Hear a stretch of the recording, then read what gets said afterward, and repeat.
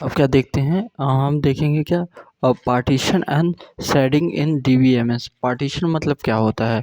देख, अगर हमारा डेटा डीबीएमएस क्या करता है, स्टोर करता है डेटा को, बहुत ज़्यादा ह्यूज डेटा हो जाता है, तो मैसिव डेटा हो गया, जैसे W W W world wide वाला डेटा हो गया।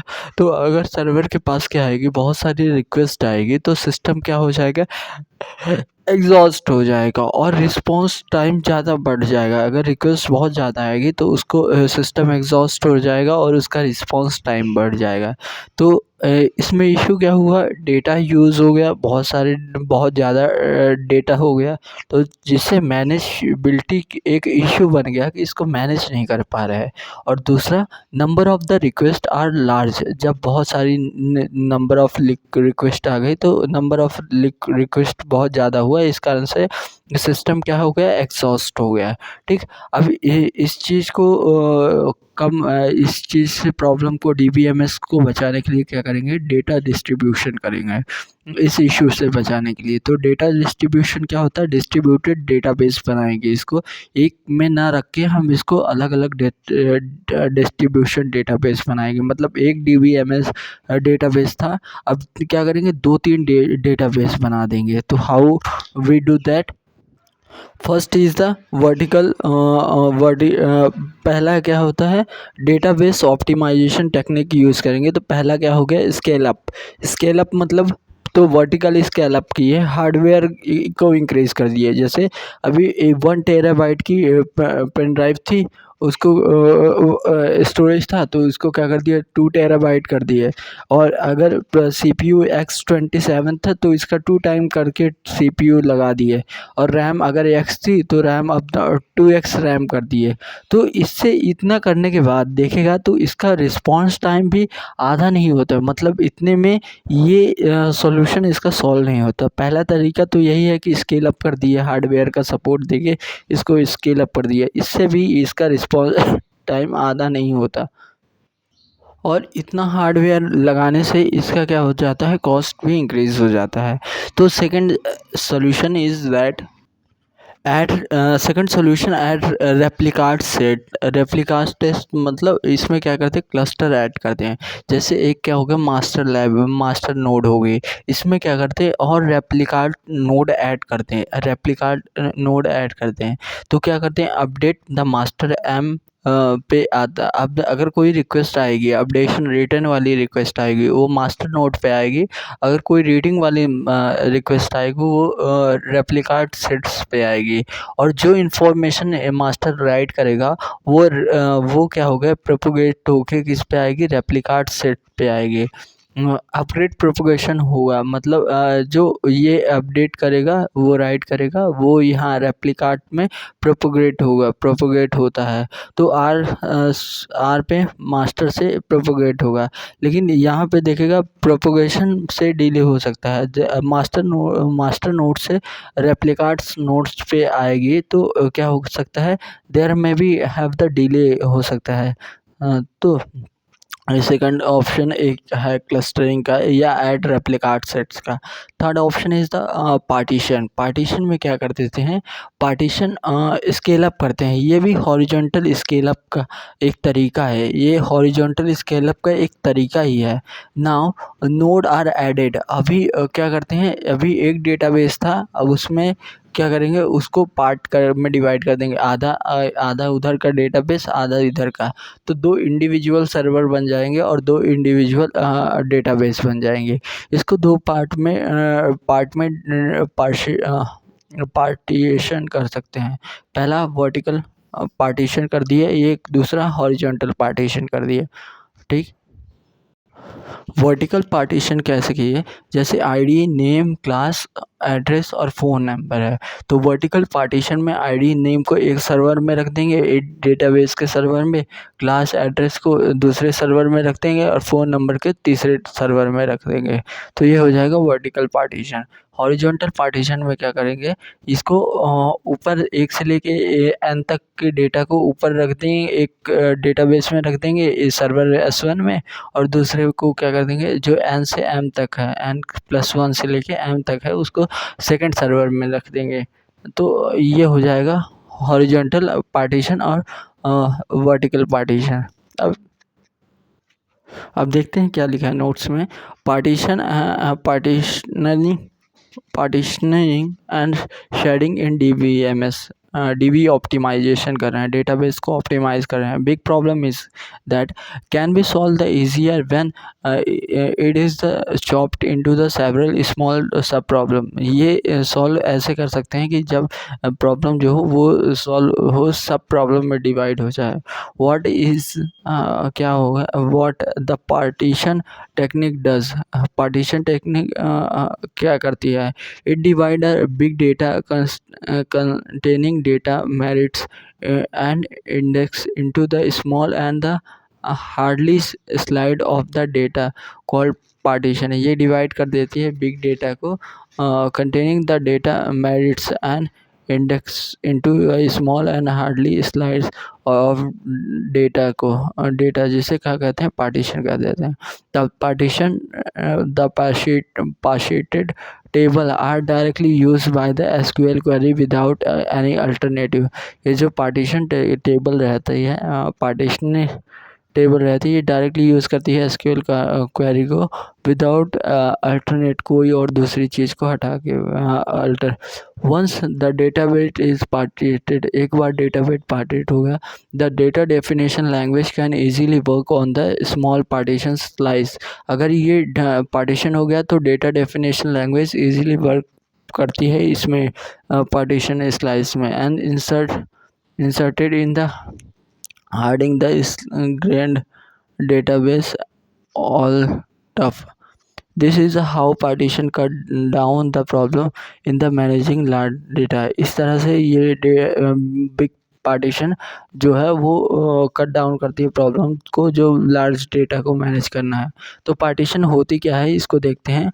It is a technique use to divide the database divide storage database object into the separate server. ये एक टेक्निक है जो कि यूज़ होती है डिवाइड करने में डेटाबेस को, डिवाइड द डेटाबेस ऑब्जेक्ट को इनटू द सेपरेट सर्वर, अलग अलग सर्वर में डिवाइड करने के लिए यूज़ होते हैं। ड्यू टू दिस, इसके कारण से there is an increase performance, इसके कारण से परफॉर्मेंस इंक्रीज होती है। कंट्रोल ऑफ द डेटा पे कंट्रोलेबिलिटी आती है डेटा पे।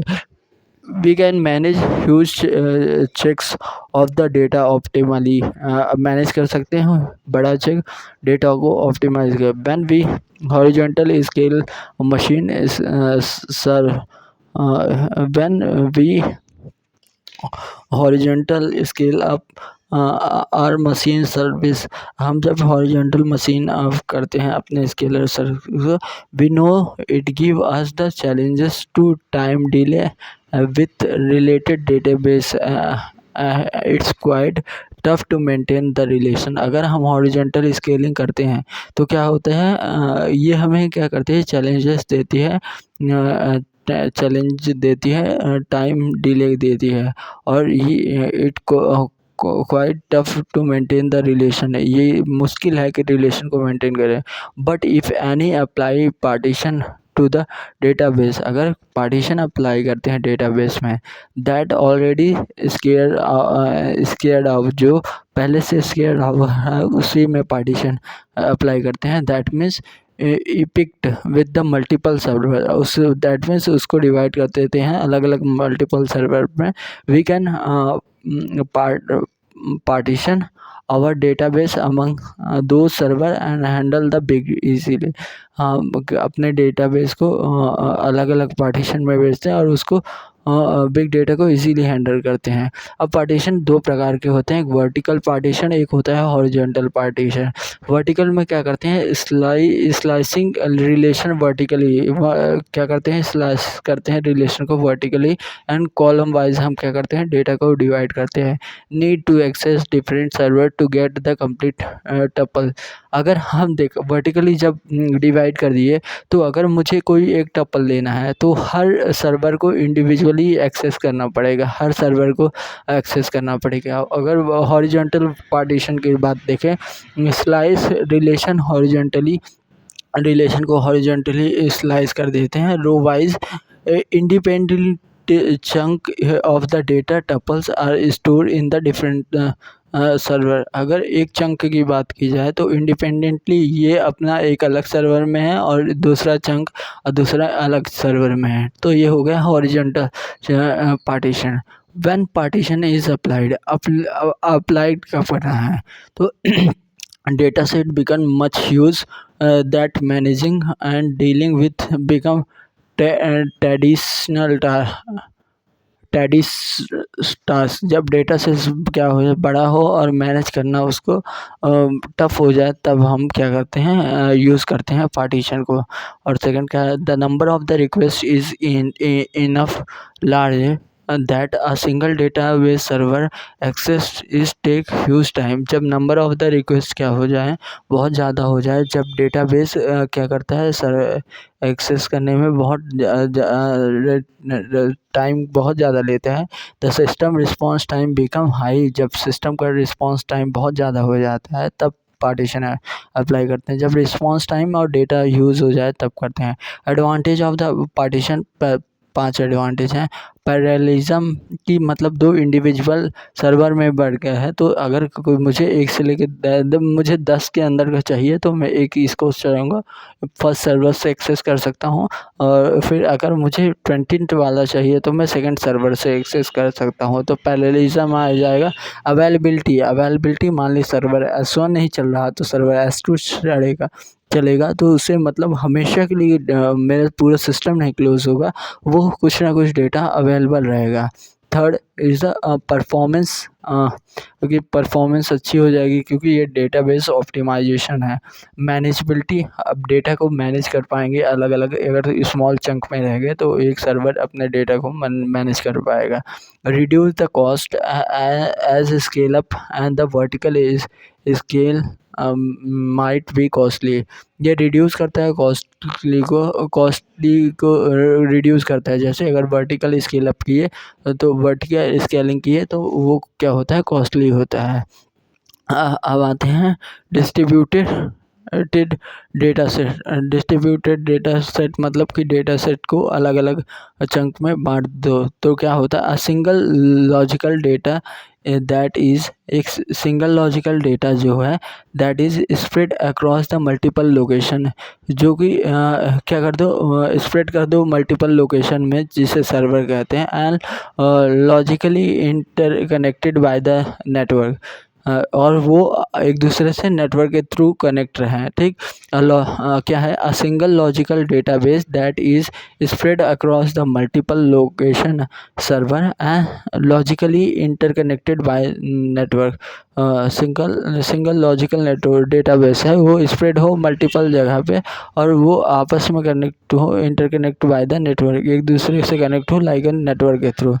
This produce applied the database optimization technique. ये जो डिस्ट्रीब्यूटेड डेटाबेस टेक्निक है हम इसको कैसे कर सकते हैं क्लस्टरिंग मतलब सेम डेटा अलग अलग सर्वर को दे दें वो हो जाएगा क्लस्टरिंग।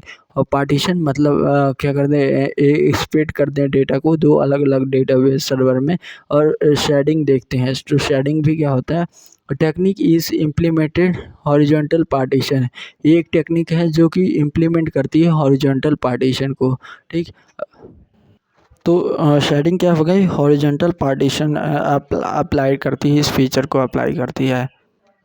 शेडिंग में क्या होता है अगर हम अभी तक जो पार्टीशन देखें पार्टीशन में क्या होता था अगर ये स्टूडेंट टेबल है तो हॉरिजॉन्टल पार्टीशन करते थे तो 1 से लेके 100 1000 10,000 तक सर्वर नंबर 1 में रख दिया और क्या करें 10,000 1 से लेके और 100,000 तक दूसरे सर्वर में रख दिया। और ये दोनों सर्वर एक दूसरे से जैसे S1 सर्वर है ये और ये S2 सर्वर है, ये दोनों सर्वर एक दूसरे से क्या रहते थे इंडिपेंडेंट रहते थे।